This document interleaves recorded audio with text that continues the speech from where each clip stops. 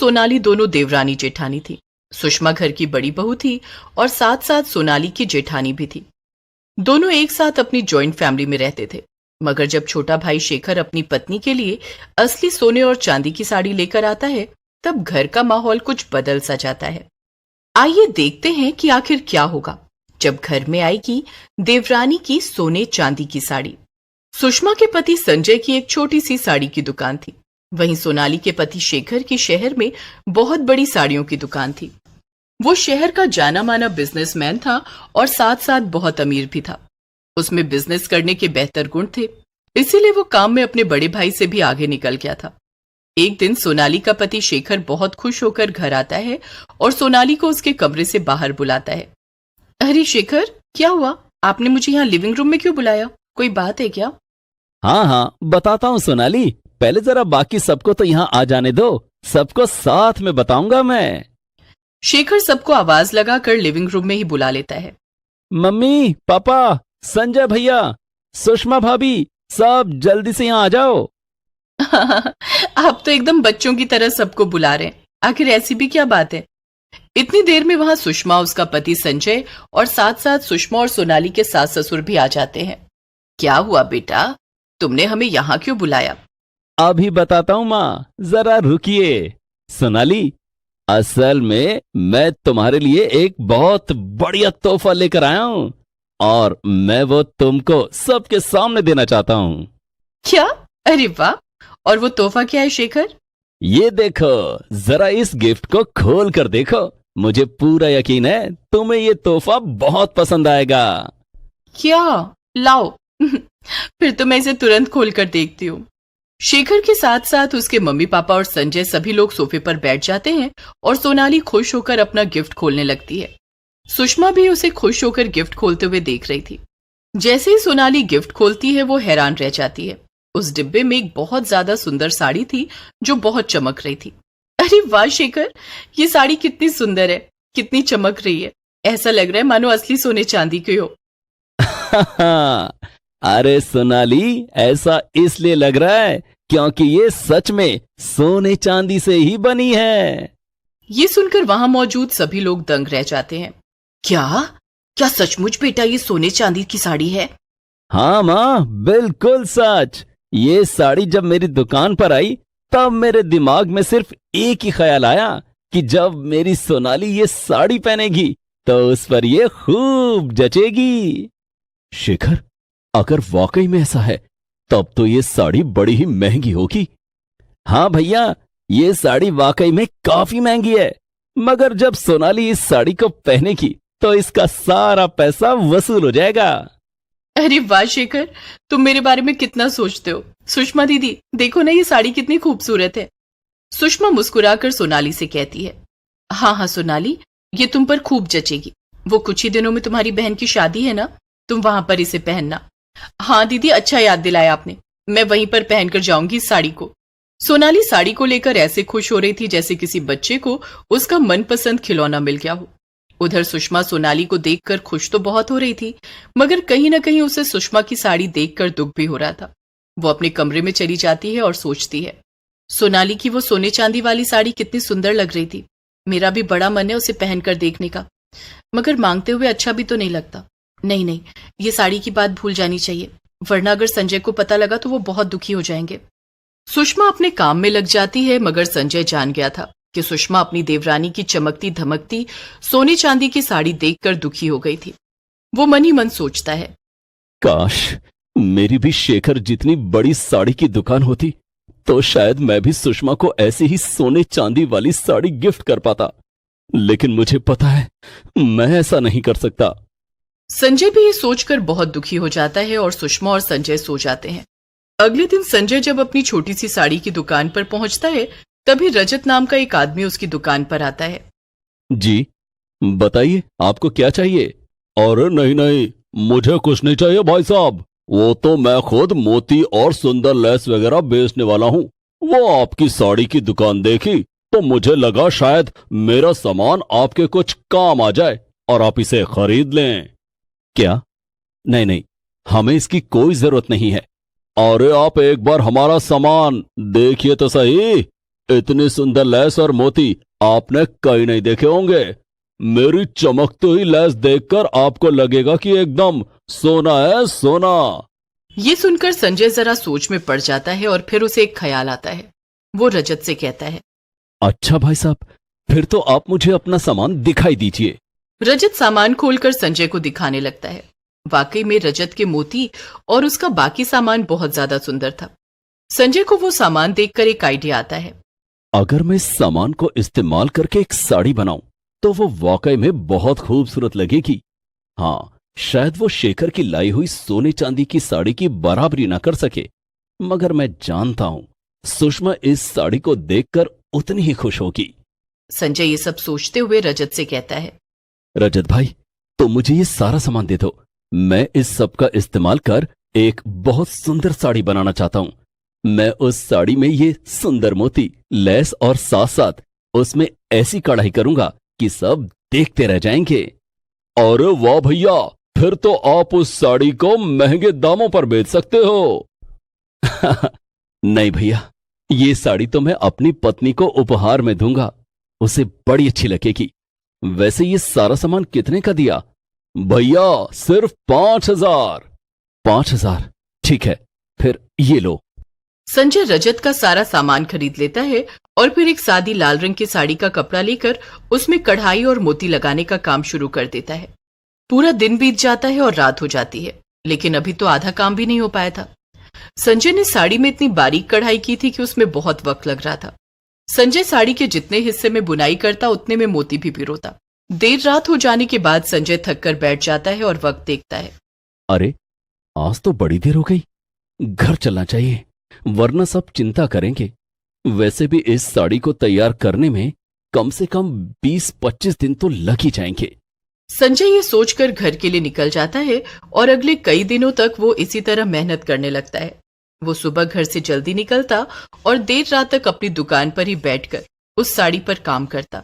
एक दिन जब वो फिर देर से रात को घर लौटता है तो सुषमा उससे पूछ ही लेती है, आजकल आप बड़ी देर से घर आते हो और सुबह भी इतनी जल्दी निकल जाते हैं। मेरे लिए तो आपके पास वक्त ही नहीं है।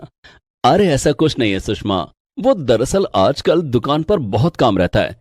बस कुछ दिन और फिर मैं वापस से जल्दी घर आने लगूंगा।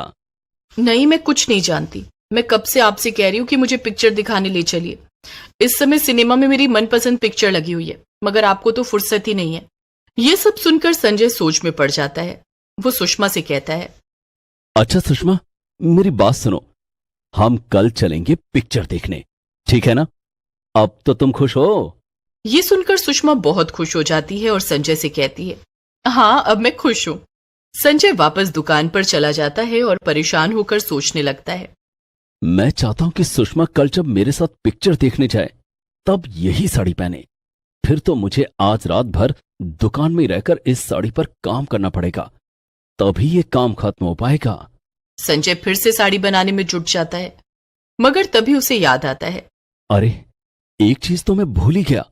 अगर कल ही सुषमा ये साड़ी पहनेगी फिर तो मुझे इसका ब्लाउज और पेटीकोट भी बनवाना पड़ेगा।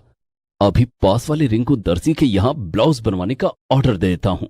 संजय रिंकू दर्जी से ब्लाउज पेटीकोट का बोलकर वापस से साड़ी बनाने में जुट जाता है। रात भर बीत जाती है और सुबह हो जाती है।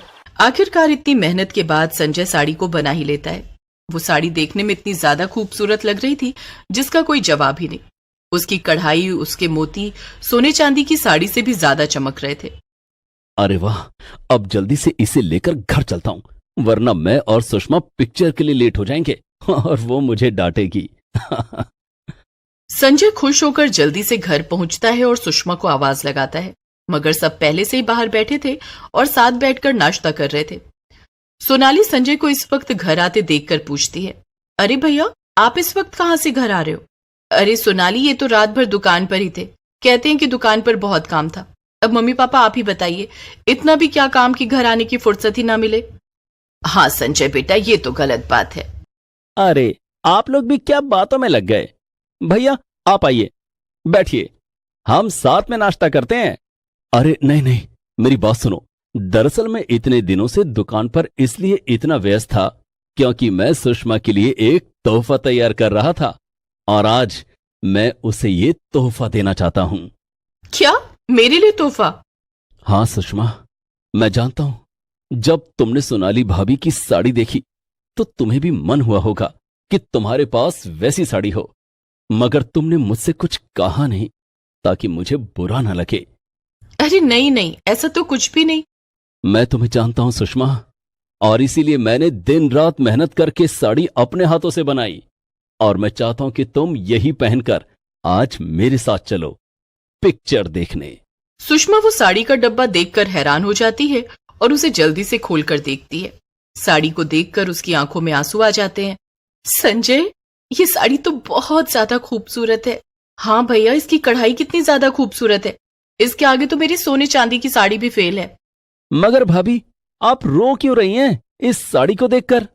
संजय सुषमा को रोते हुए देखकर उससे पूछता है, क्या हुआ सुषमा, तुम्हें ये साड़ी पसंद नहीं आई?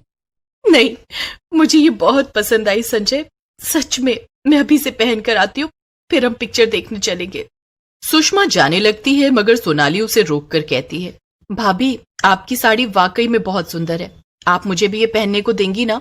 वैसे कभी आपका मन हो तो आप मेरी सोने चांदी वाली साड़ी भी पहन सकती हैं। हाँ हाँ सोनाली, जरूर। सुषमा जाती है और जल्दी से वो साड़ी पहनकर बाहर आ जाती है। साड़ी में सुषमा बहुत सुंदर लग रही थी, और जब वो संजय के साथ पिक्चर देखने जाती है तब सब उसी को मुड़ मुड़ कर देखते हैं।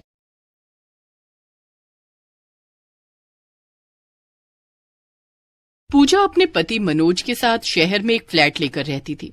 उसकी एक बेटी थी प्रिया। प्रिया की गर्मी की छुट्टियां शुरू होने वाली थी और साथ ही साथ पूजा की परेशानियां भी। असल में पूजा के घर एक ऐसा मेहमान आने वाला था जिसकी वजह से पूजा की गर्मी की छुट्टियां बर्बाद होने वाली थी। आइए देखते हैं कि आखिर क्या हुआ पूजा के साथ। रात में जब सब खाना खा लेते हैं और पूजा प्रिया को सोने भेज देती है, तब पूजा को इतना थका हुआ देखकर मनोज उससे कहता है, क्या हुआ पूजा, इतनी थकी हुई क्यों लग रही हो? ओह, अरे मैं सच में बहुत थक गई हूँ। तो थकी हुई तो लगूंगी ही ना। आज से पूजा की गर्मी की छुट्टियां शुरू हो गई हैं। इसका मतलब कि मुझे एक सेकंड का भी आराम नहीं मिलेगा। ऊपर से आप तो चले जाते हैं बढ़िया ऑफिस, घर की सारी समस्याएं मेरे सर पर ही आ जाती हैं। अरे तो मैं कोई ऑफिस में मजे करने थोड़े ही जाता हूँ पूजा, मुझे भी वहाँ बहुत काम होता है। पूजा मनोज की इस बात पर कुछ कहती, उससे पहले ही मनोज का फोन बजने लगता है। 1 मिनट पूजा, माँ का फोन आ रहा है। इतना कहकर मनोज फोन उठा लेता है और अपनी माँ से बात करने लगता है। हाँ माँ, क्या हुआ? क्या शिवानी यहाँ? अच्छा अच्छा, क्या? पर माँ, ये तो गलत बात है, ऐसे अचानक से। अच्छा ठीक है, मैं समझ गया, ठीक है। मनोज थोड़ा परेशान होकर फोन काट देता है। क्या हुआ? अब क्या हुआ? वो पूजा, मेरी चचेरी बहन शिवानी यहाँ आ रही है गर्मियों की छुट्टियों के लिए। ये सुनकर तो मानो पूजा की दुनिया ही उलट पलट जाती है। नहीं, कह दो कि ये झूठ है मनोज, मैं अब ये सब नहीं झेल पाऊंगी। पूजा, ये बिल्कुल सच है। असल में शिवानी ने अपने पति से झगड़ा कर लिया और फिर वो माँ के पास गांव चली गई। फिर उसने माँ से हमारे बारे में कुछ सुना और उसने कहा कि वो गर्मी की छुट्टियां मनाने यहाँ आना चाहती है और छुट्टियों भर यहीं रहेगी। इसी बहाने वो शहर भी घूम लेगी। ऐसा बोलकर वो यहाँ आने के लिए तैयार होने लगी और माँ उसे मना भी नहीं कर पाई। हे भगवान, तुम्हारी बहन शिवानी तो एक नंबर की कामचोर है मनोज। अब तो ये गर्मी की छुट्टियां मुझे भारी पड़ने वाली है। कोई बात नहीं पूजा, हम दोनों मिलकर संभाल लेंगे ना। अरे हटो, बड़ा पता है मुझे कि कितना संभालोगे तुम। खुद तो चले जाओगे ऑफिस और दिन भर वहाँ एसी में बैठोगे और मैं यहाँ काम कर करके अपनी हालत खराब करूंगी। अरे नहीं पूजा, ऐसा कुछ नहीं होगा। रहने दो। वैसे वो आ कब रही है? वो पूजा, शिवानी तो कब का घर से निकल गई, वो कल सुबह पहुंच भी जाएगी। ये सुनकर पूजा परेशान हो जाती है, मगर अब वो दोनों कर भी क्या सकते थे। दोनों सोने चले जाते हैं और अगले दिन सुबह सुबह ही शिवानी घर आ जाती है। आओ आओ शिवानी, कैसी हो तुम? मैं तो एकदम ठीक हूँ भाभी, आप बताओ क्या हाल है आपके? सब बढ़िया ही है बस। अच्छा, वैसे भाभी, ये मेरा सामान है, मैं तो सफर से बड़ा थक गई। मैं तो नहाने जा रही हूँ, आप जरा ये मेरे गेस्ट रूम में रख दीजिए। वो शिवानी, गेस्ट रूम तो नहीं है इस फ्लैट में, तुम्हें प्रिया के साथ उसके कमरे में ही रहना पड़ेगा। क्या? ये क्या भाभी, एक गेस्ट रूम भी नहीं है यहाँ? अच्छा कोई नहीं, आप वहीं रख दीजिए मेरा सामान, मैं नहा कर आती हूँ। और हाँ, मैं नाश्ते में चाय पकौड़े खाना पसंद करूंगी। वो क्या है ना, मैं किसी भी तरह की फॉर्मेलिटी नहीं रखना चाहती हूँ। आप तो अपनी ही है, इसलिए आपसे कैसी शर्म। अब आप नाश्ते में क्या बनाऊं, ये सब सोच सोच कर परेशान हो। उससे अच्छा मैं खुद ही बता दूं। इतना बोलकर शिवानी चली जाती है, मगर पूजा को बड़ा गुस्सा आता है। मनोज पहले ही ऑफिस के लिए निकल गया था और प्रिया अब तक सो रही थी। शिवानी नहाकर निकलती है और टीवी के सामने रखे सोफे पर लेट जाती है। भाभी, सुनिए ना भाभी, जरा यहाँ तो आना। पूजा किचन से दौड़ती हुई आती है और शिवानी से कहती है। हाँ, क्या हुआ शिवानी? भाभी, वो जरा टीवी का रिमोट दे दीजिए मुझे, सामने टेबल पर रखा है। ये देखकर पूजा को गुस्सा तो बहुत आता है, मगर वो शांति से शिवानी को रिमोट दे देती है। ये लो शिवानी, और अब मैं किचन में काम करने जा रही हूँ। तुम्हें कुछ चाहिए हो तो प्रिया से कह देना। हाँ हाँ ठीक है भाभी।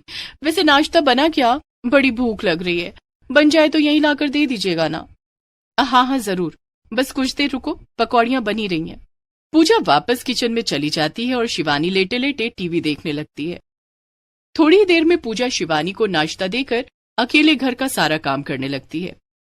काम खत्म होते होते दोपहर हो जाती है और आखिर में पूजा थककर शिवानी के पास सोफे पर बैठ जाती है।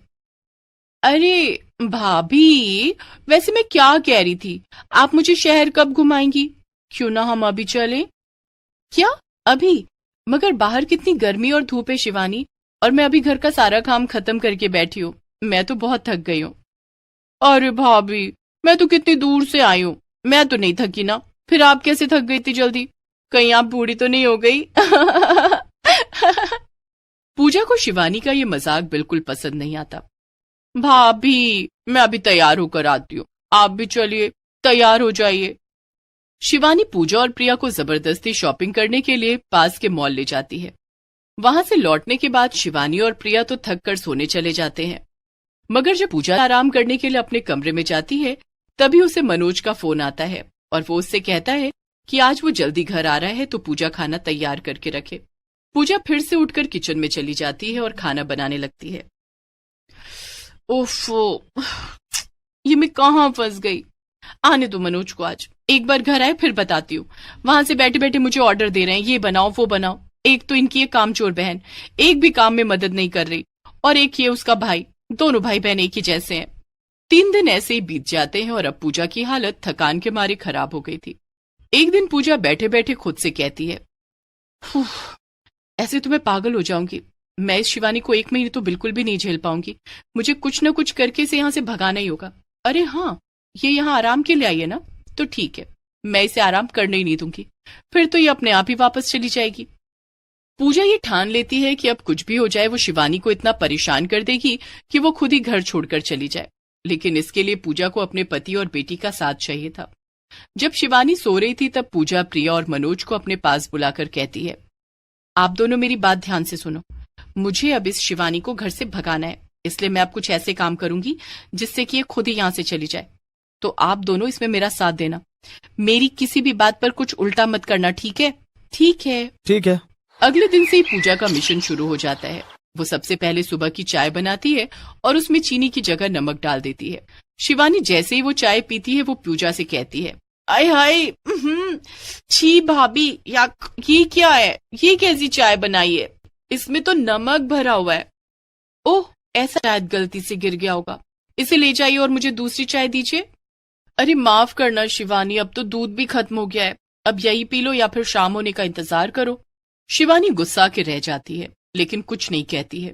फिर पूजा साफ सफाई में लग जाती है। शिवानी जहां जहां जाकर बैठती है, पूजा वहां वहां जाकर पंखा बंद कर देती है। अरे शिवानी माफ करना, मैं जरा सफाई कर रही हूँ ना, इसीलिए मुझे पंखा बंद करना पड़ेगा। थोड़ी देर में दोपहर के खाने का समय हो जाता है। अरे भाभी, आपने खाना बनाया या नहीं? मेरे पेट में चूहे दौड़ रहे हैं। ओहो, क्या बताऊं मैं तुम्हें शिवानी, बस अभी अभी मैं किचन में गई और मैंने देखा कि गैस खत्म हो गई है। ये सुनकर तो मानो शिवानी को बहुत गहरा धक्का लगता है। अरे भाभी, मैंने सुबह से इतना कुछ सहा मगर कुछ नहीं कहा, लेकिन अब आप ये मत कहिए कि खाना भी नहीं मिलेगा। ये तो मैं सह भी नहीं पाऊंगी। अब क्या ही कर सकते हैं शिवानी, ऐसा करो आज व्रत ही रख लो, वैसे भी आज सोमवार है, तुम्हें थोड़ा पुण्य ही मिल जाएगा। इतना कहकर पूजा अपने कमरे में चली जाती है। अब ये शिवानी की बच्ची आज ही रवाना हो जाएगी। थोड़ी देर बाद शिवानी पूजा को आवाज लगाती है। सुनिए ना भाभी, ओहो, लगता है कि शिवानी जा रही है, इसीलिए मुझे आवाज लगा रही है। चलो चलकर उसे विदा कर दूं। मगर जब पूजा बाहर जाती है तो दंग रह जाती है। बाहर शिवानी ने पिज्जा मंगा रखा था और डिलीवरी बॉय दरवाजे पर खड़ा था। भाभी, दोपहर का खाना नहीं बना था ना, इसलिए मैंने इंतजाम कर दिया। अब किसी को व्रत रखने की जरूरत नहीं है। और हाँ, जरा इसे पैसे दे दीजिए। इतना कहकर शिवानी वहां से चलती बनी और पूजा खिसिया कर रह गई। ये सब क्या है? ये तो बहुत पक्की ढीठ है। इससे पीछा छुड़ाना इतना भी आसान नहीं है। एक दिन और बीत जाता है और अब तक पूजा को शिवानी से पीछा छुड़ाने का कोई रास्ता नहीं मिला था। अगले दिन सुबह सुबह दरवाजे की घंटी बजती है और शिवानी दरवाजा खोलने जाती है। ओहो, कौन है ये जो सुबह सुबह इतनी जोर जोर से घंटी बजा रहा है? मुझे चैन से सोने भी नहीं दे रहा है। जैसे ही शिवानी दरवाजा खोलती है, उसके पैरों तले जमीन ही खिसक जाती है। सामने उसका पति राकेश खड़ा था। आप यहाँ पर क्यों? कैसे? क्या हुआ शिवानी? तुमने ही तो मुझे बुलाया है और यहाँ का पता भी तो तुम ही ने भेजा है। पीछे से पूजा प्रिया और मनोज भी आ जाते हैं। अरे वाह शिवानी, जीजा जी तुम्हें लेने आ गए। इसका मतलब तुम्हारा झगड़ा सुलझ गया। चलो, ये तो बहुत अच्छा हुआ। मैं अभी तुम्हारा बैग लगा देती हूँ। अरे मगर मैंने तो आपको नहीं बुलाया। और पता, मैंने कब पता बताया? अरे ये सब हो क्या रहा है? ये देखो, तुमने मेरे फोन पर मैसेज किया है कि मुझे माफ कर दो मेरे प्यारे पति और मुझे लेने आ जाओ। मैं यहाँ मनोज भैया के घर पर हूँ। नहीं नहीं, ये मैसेज मैंने नहीं किया है, लेकिन ये क्या? ये गया तो मेरे फोन से ही है। ओहो, कुछ समझ ही नहीं आ रहा है। अरे अब जो हुआ सो हुआ, आखिरकार तुम्हारा झगड़ा तो सुलझ गया ना। हाँ शिवानी, चलो अब घर चलो। अच्छा भैया, हम लोग चलते हैं। हमारी वजह से आपको बहुत तकलीफ हुई, माफ कीजिएगा। राकेश शिवानी को लेकर चला जाता है और शिवानी के सवाल भी उसके साथ ही चले जाते हैं। उसके जाने के बाद पूजा जोर जोर से हंसने लगती है। आखिरकार बला टली। जिसने भी इसके फोन से मैसेज करके इसके पति को बुलाया है, उसको मेरी तरफ से बहुत ढेर सारा धन्यवाद। अरे तुम्हारे सामने तो खड़ा हूँ मैं, आओ कर दो धन्यवाद। क्या? आपने? तो ये सब आपने किया?